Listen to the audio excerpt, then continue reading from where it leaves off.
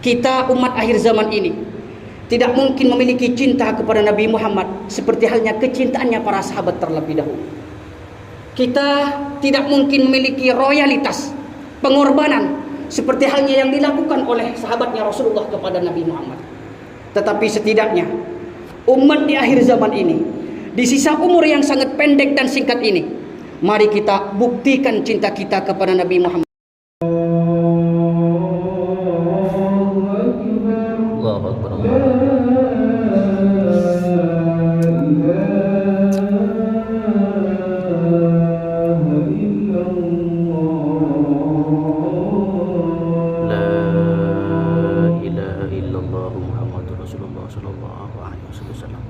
Allahumma rabb hadhihi ad-da'wati tammah hasratil qa'imah sayyidina Muhammadin wasilatul fadilah wa syarafa wa darajatul 'aliyatir rafi'ah wa ba'sul maqam al-mahmud alladhi wa'atahu innaka la tuliful mi'ad.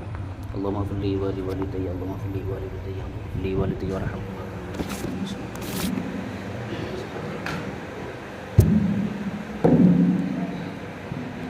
Alhamdulillah nahmaduhu wa nasta'inu wa nastaghfiruh wa na'udzu billahi min shururi anfusina wa min sayyiati a'malina may yahdihillahu fala mudilla lahu wa may yudlil fala hadiya lahu.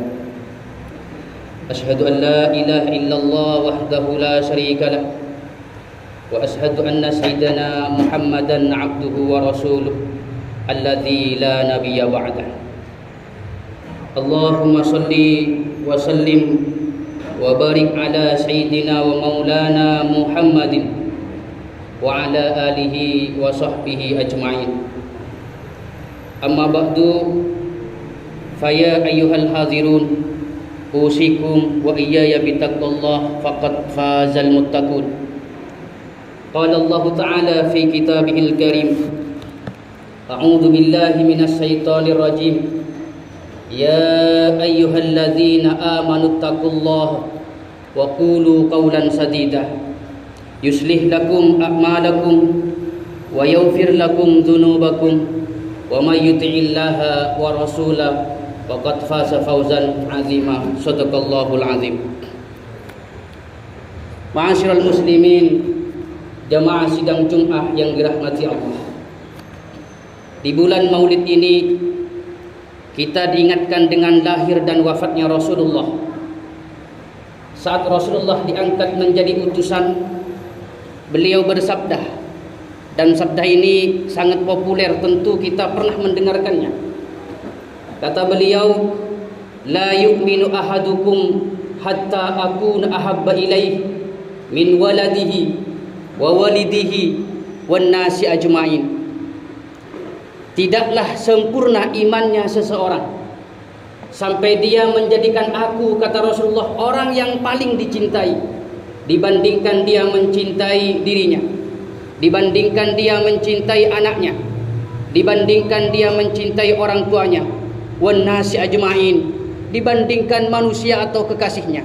Harus level tertinggi cinta seorang itu untuk menyempurnakan imannya. Yang diutamakan adalah Rasulullah sallallahu alaihi wasallam. Kemudian mendengarkan hadis seperti ini, Sayyidina Umar radhiyallahu anhu mendatangi Rasulullah. Lalu Sayyidina Umar berikrar, "Ya Rasulullah, la anta ahabbu ilayya min kulli fi nafsi illa nafsi." Wahai Rasulullah, aku orang yang paling mencintaimu melebihi daripada segala-galanya. Illa nafsi, kecuali cintaku kepadamu dapat dikalahkan cintaku terhadap diriku. Rasul lalu menjawab, la ya Umar, hatta akuna ahabba ilaik min nafsi. Umar, tidaklah sempurna imanmu wahai Umar sampai engkau menjadikan aku orang yang engkau cintai melebihi daripada engkau mencintai dirimu. Sayyidina Umar lalu menjawab kemudian, ya Rasulullah, al-an wallah la anta ahabbu ilaik min nafsik. Sekarang wahai Rasulullah, engkau adalah orang yang paling aku cintai melebihi daripada aku mencintai dirimu. Maka Rasulullah menjawab, al-an ya Umar, al-an ya Umar. Sekaranglah Umar, sekaranglah. Apa maksudnya sekarang? Sekaranglah, sempurnalah imanmu wahai Umar. Ayol hadirun para sidang Jumat yang dirahmati Allah. Berbicara cinta kepada Rasulullah, maka orang yang paling cinta kepada Rasulullah, orang yang paling penuh dengan pengorbanannya kepada Rasulullah adalah para sahabatnya di masa itu. Suatu ketika sebagian tabi'in mendatangi Sayyidina Ali karramallahu wajhah, lalu bertanya, "Ya Amirul Mukminin Ali karramallahu wajhah." Ketika itu Sayyidina Ali sedang menjabat sebagai khalifah Amirul Mukminin. "Wahai Ali, kaifa hubbukum bi Rasulillah?" Bagaimana kecintaan engkau dulu para sahabat kepada Rasulullah? Maka Sayyidina Ali menjawab, "Kana wallah ahabbu ilaina min anfusina wa auladina wa amwalina wa kana ahabbu ilaina ala tam'i min ma'il bari." Demi Allah, kata Sayyidina Ali, dulu kami sangat mencintai Rasulullah para sahabat. Bahkan cinta kami kepada Rasulullah melebihi daripada kami mencintai diri kami. Cinta kami kepada Rasulullah melebihi daripada cinta kami kepada keluarga kami, anak orang tua kami.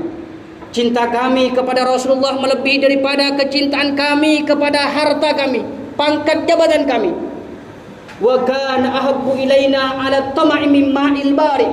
Bahkan seseorang di antara kami yang sangat lapar, yang sangat haus karena dia berhari-hari tidak minum, pada saat dipertemukan dengan dua pilihan, berjumpa dengan Rasulullah atau meminum air, maka seseorang di antara kami itu akan memilih bertemu dengan Rasulullah daripada terdahulu meminum air.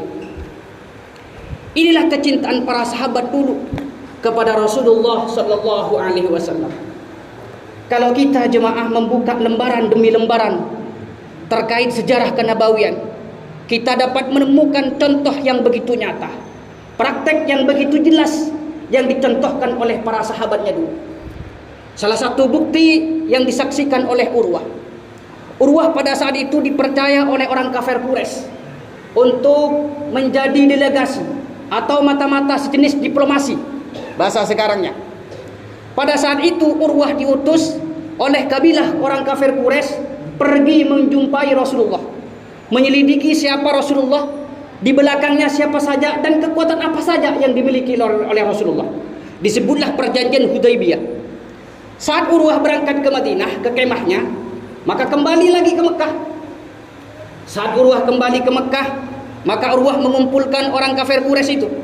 Setelah semuanya terkumpul di Mekah, lalu Urwah naik mimbar dan berpidato, "Ya ma'saru Quraisy, inni qad ji'tu Kisra fi mulkihi wa Qaisara fi mulkihi wan Najasi fi mulkihi wa inni wallah ma ra'aitu malikan fi qaumi kuntu mislu Muhammadin fi ashabi Muhammadin."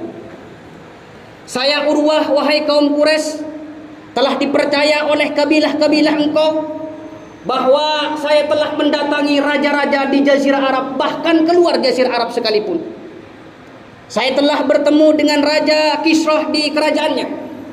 Saya telah bertemu diskusi duduk bersama dengan Raja Romawi di kerajaannya. Saya telah berjumpa dengan Raja Najasi di istananya. Wa kana ma ra'aitu malikan. Akan tetapi saya tidak pernah melihat seorang raja yang sangat dicintai oleh kaumnya, yang sangat dicintai oleh sahabatnya, sampai-sampai cinta mereka melebihi daripada cintanya terhadap dirinya, diagungkan dan dimuliakan. Mislu Muhammadin ka ashabi Muhammadin, seperti halnya sahabatnya Muhammad kepada Nabi Muhammad. Sambung beliau Urwah dalam hadis Bukhari, "Fa wallah ma tanakhama Rasulullah tahamatan." Tidaklah Rasulullah berdahak kecuali dahaknya Rasulullah jatuh ke salah satu telapak tangan di antara mereka. Lalu mereka mengusap ke wajah dan ke seluruh tubuhnya. Wa idza amarahum, dan ketika Rasulullah memerintahkan sesuatu kepada kaumnya, sahabatnya, maka semuanya mengerjakan apa yang diperintahkan oleh Rasulullah. Wa idza naha, dan ketika Rasulullah melarang kepada sesuatu itu, maka mereka berbalik tidak mau melirik, apalagi mau mengerjakannya. taat mereka akan Rasulullah, sami'na wa ta'na. Wa idza tawadda'a, dan ketika Rasulullah berwudu, maka mereka berlari berebutan seakan-akan berkelahi untuk mengambil sisa bekas wudu Rasulullah. Wa idza takallama, dan ketika Rasulullah berkata, maka mereka berdiam, menunduk kepala dan tidak mau mengeraskan suaranya. Mereka semuanya menyikap apa yang disampaikan oleh Rasulullah dan tidak mau memandang dengan pandangan tajam kepada wajah Rasulullah sebagai bentuk penghormatannya. Di ujung pidatonya Urwah ini, farau ra'yakum, maka pikir-pikirlah wahai kaum Quraisy, pikir-pikirlah untuk menyakiti Rasulullah, pikir-pikirlah untuk menculik Rasulullah. Karena selama-lamanya sahabatnya Rasulullah, selama-lamanya kaumnya Rasulullah tidak akan rela Rasulullah itu tersakiti, tidak akan rela Rasulullah terlepas dari tangannya. Inilah kecintaan dulu para sahabat kepada Rasulullah. Dikorbankan bukan hanya harta, bukan hanya pangkat, tapi nyawa terlepas dari dirinya dikorbankan demi Rasulullah sallallahu alaihi wasallam. Yang kedua dibuktikan oleh Abu Sufyan sebelum masuk Islam juga.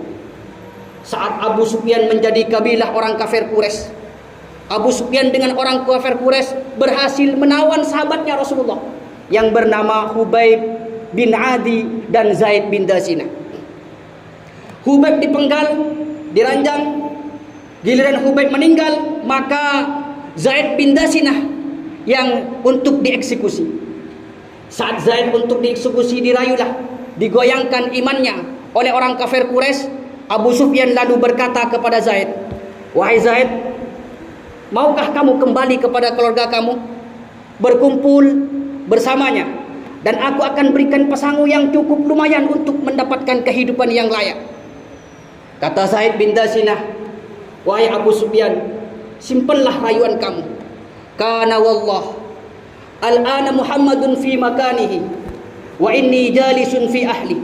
Demi Allah Abu Sufyan, aku tidak akan ridho, la tardo, tidak akan rela kalau Nabi Muhammad yang menjadikan pengganti posisiku, sementara aku duduk bersama dengan keluargaku.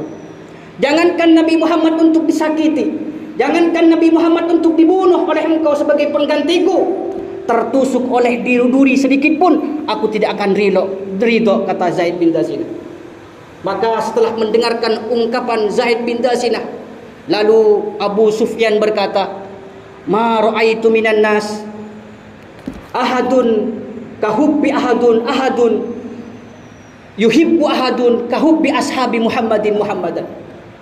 Aku tak pernah melihat manusia yang di antara manusia yang saling mencintai satu sama lain seperti halnya kecintaannya sahabatnya Muhammad kepada Nabi Muhammad.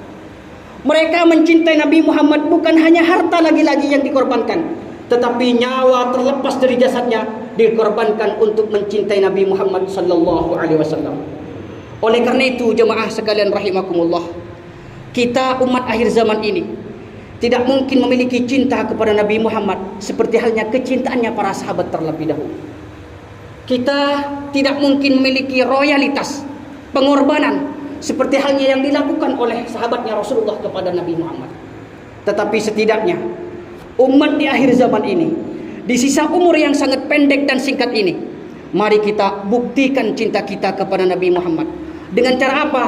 Ada beberapa poin yang harus kita lakukan.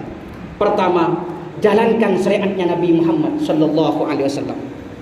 Ikutilah perintahnya, jauhilah larangannya. Tak mungkin umpama kita karena sibuk dengan pekerja untuk menunaikan salat berjamaah ke masjid, setidaknya dengan keluarga atau dengan sahabat rekan teman kerjanya. Dan yang kedua, karena Rasulullah diutus ke muka bumi ini adalah rahmatan lil alamin, maka ciptakanlah kasih sayang kepada sama manusianya. Buatlah akur, jangan sampai kita gesekan satu sama lain. Dan yang ketiga, Rasulullah diutus ke muka bumi ini adalah untuk menyempurnakan Islam, untuk menyempurnakan akhlak kita. Dalam bahasa Al-Qur'annya, bu'istu liutimma makarimal akhlak. Maka oleh karena itu, perbaiki akhlak kita. Dari hari ke hari mari kita perbaiki akhlak kita. Jaga perasaan orang lain agar orang lain dapat menjaga perasaan kita. Yang keempat, bahagialah akan kelahirannya Nabi Muhammad. Kita tidak mau berbicara tentang hukum maulid bid'ah atau tidaknya, tapi setidaknya kita memiliki kewajiban sebagai umat Nabi Muhammad bahagia akan lahirnya Nabi Muhammad. Kita tak mampu untuk mengundang orang ratusan, ribuan, puluhan untuk dikasih makan, untuk bertatapan muka silaturahmi. Setidaknya kita mampu untuk mengeluarkan satu porsi nasi, dihadiahkan kepada Rasulullah sebagai ungkapan rasa bahagia akan lahirnya Nabi Muhammad. Tak mampu umpama untuk memberikan makanan satu porsi, cukup air satu gelas saja, berikan kepada kawan-kawan kita sebagai hadiah kepada Nabi Muhammad. Insya Allah sampai salam kita kepadanya. Yang kelima, perbanyaklah sholawat kepada Nabi Muhammad agar kita diakui umatnya. Kenapa harus kita menanamkan cinta kepada Nabi Muhammad? Karena agar Nabi Muhammad cinta kepada kita. Barakallahu li wa lakum fil Qur'anil azim wa nafa'ana wa iyyakum min ayati wa dzikril hakim wa taqabbalallahu minna wa minkum tilawatahu wa innahu wasami'ul alim. Aqulu qawli hadza fastaghfirullahal azim innahu huwal ghafurur rahim.